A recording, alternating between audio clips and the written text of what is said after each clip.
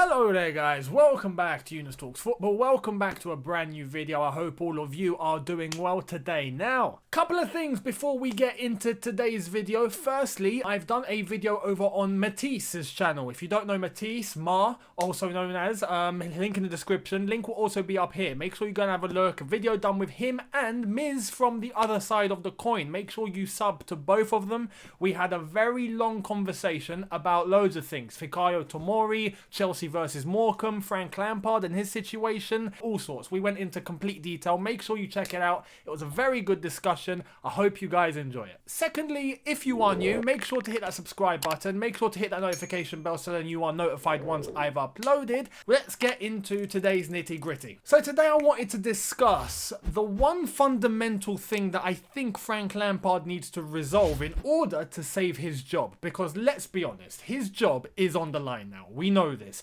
Chelsea need to get results against Morecambe, Fulham, and I would say Leicester. If we get a win-win-win, WWW, I think his job will be safe, at least for the meantime, because it will give the board an indication that maybe he has turned things around. Now, there are some skeptics out there that think even if we do get a result, let's say even after we beat Leicester, hopefully, fingers crossed, once we play Wolves, we play Spurs not too long after, if we throw those results away, then Roman will take action anyway. It's a possibility. It's a possibility. And right now, if I'm going to be completely honest with you, I do think Frank Lampard's chances are low.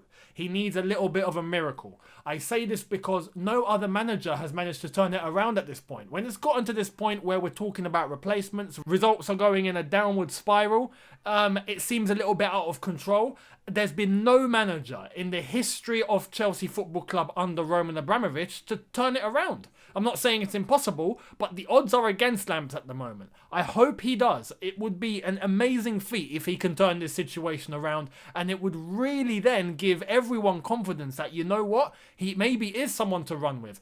But right now, it's looking very unlikely. So, the question is, what does Lampard have to do?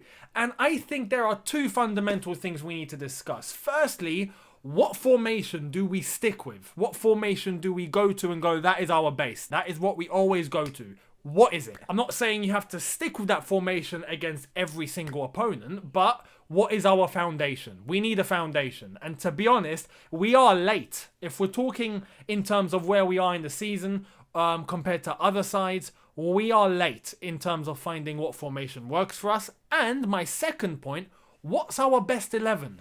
We still don't know this. You know, us fans, we have an idea. We have our favourites. We have our players that we pick week in, week out. But Lampard, as the manager, needs to find his 11. You know, it's as simple as that. You look at other teams, you look at Liverpool, you know what 11 is going to be on the pitch. You look at even a Leicester, you know what 11 is going to be on the pitch. You look at Manchester City, you know what 11 is going to be on the pitch. Obviously, injuries, suspensions can be a deciding factor, but without those, you know what 11 is going to show up. You look at Man United, they seem to have found something now. They seem to have found a bit of stability. Even with United, you have an idea of what the 11 will be.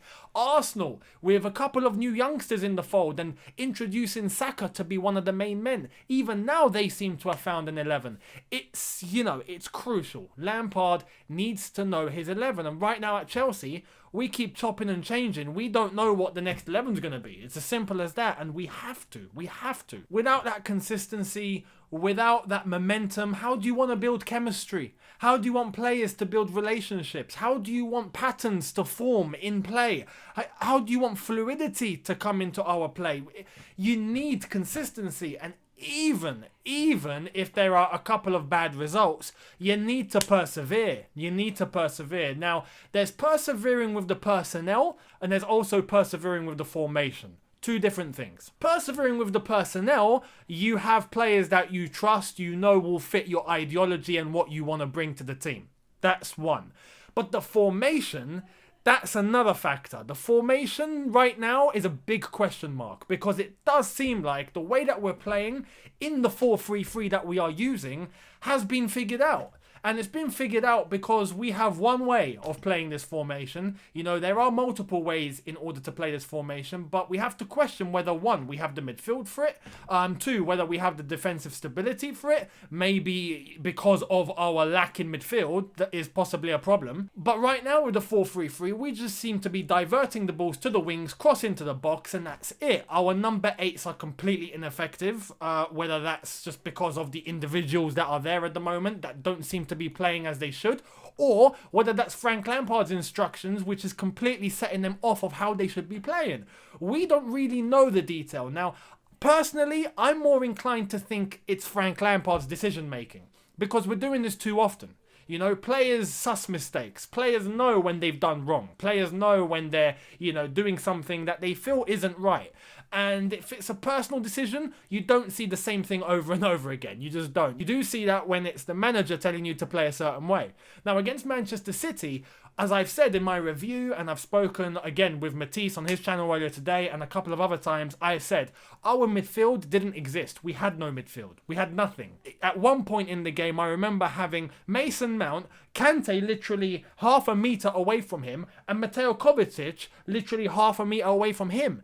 And we weren't even in possession. We were somehow trying to chase the ball down. But there is no excuse to have all three midfielders in our three be that close together. That way, when we lose possession, or now Man City are on transition, all they got to do is pass into the massive, humongous space that we've left behind to Kevin De Bruyne or Gundogan, and boom, they got a free road to our back four. Free road, no restrictions. You know, right now we're in lockdown. We got restrictions all over the place. Man City had no restrictions at Stamford Bridge, nothing. I'm quite jealous of Man City and the lack of restrictions that they had at Stamford Bridge. I could really do with some lack of restrictions right now, because I'm finding the conditions a little bit too much to take right now. Just like all of you, I'm sure. But that's what we did. And you have to ask the question at that point. We're seeing those mistakes in midfield too often, and just a lack of stability in our midfield, and as a result it's causing pressure on our back line. Our defence had nothing to protect them. Kante looked alone when trying to defend, and he got exposed because of it. He had no support. So you have to ask, you know, is it the personnel or is it the system that we're playing? Now, I'm more inclined to think it's the system that we're playing, because let's face it, Kante is not a rubbish footballer. Mateo Kovacic is not a rubbish footballer. Mason Mount, as much as he gets criticism, and I've still got to do a video on him, I will do one, and I think I'll try and invite a few people along for that one. We need a debate on Mason Mount, because I see him as a limited player in terms of what he can do, but he has his positive traits. Now, even against Manchester City, those positive traits we didn't even see. There was nothing. So, is it the player? Is it the players? Or is it the system that they're being asked to play? Now, because of that, we have a dilemma. And Frank Lampard, I think, is going to revert back to a 4-2-3-1. I'll be surprised if he sticks with the 4-3-3. I don't think he will. But if he does, and we don't change anything in the way that we use the 4-3-3, then there's a massive question mark hanging on Frank Lampard's head at that point. Simple as that. I think we need a little bit more stability in midfield, a little bit more protection, a little bit more cover, and especially for N'Golo Kante to be alongside someone that can help him, plus a number 10 that suits us in order to feed the striker and feed the wings if we have to. I'm not saying abandon the wings, I'm saying use the wings, but don't rely on only the wings, which is what we seem to be doing week in, week out. So do we go to a 4-2-3-1, which is what I think Lampard is going to do? That will probably introduce Kai Havertz into the picture. However, a midfielder is going to be sacrificed. Now, you can't play Mason Mount in a pivot. We've never done it before. I say, if I analyse him as a footballer, I think there are traits there that can suit him to play in a pivot. However, I don't think we'll do that, which means Mason Mount won't be in the team. It's as simple as that, unless if he's used as a number 10, which for me, he is not a number 10 and shouldn't be anywhere near that position.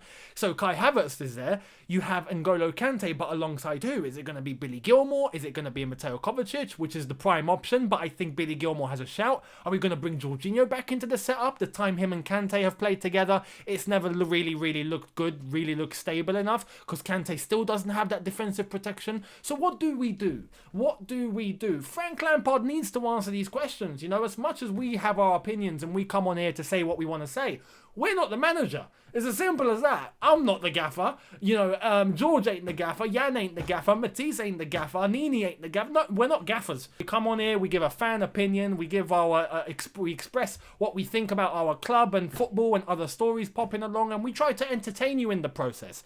Yeah, we enjoy doing it. But we're not the manager.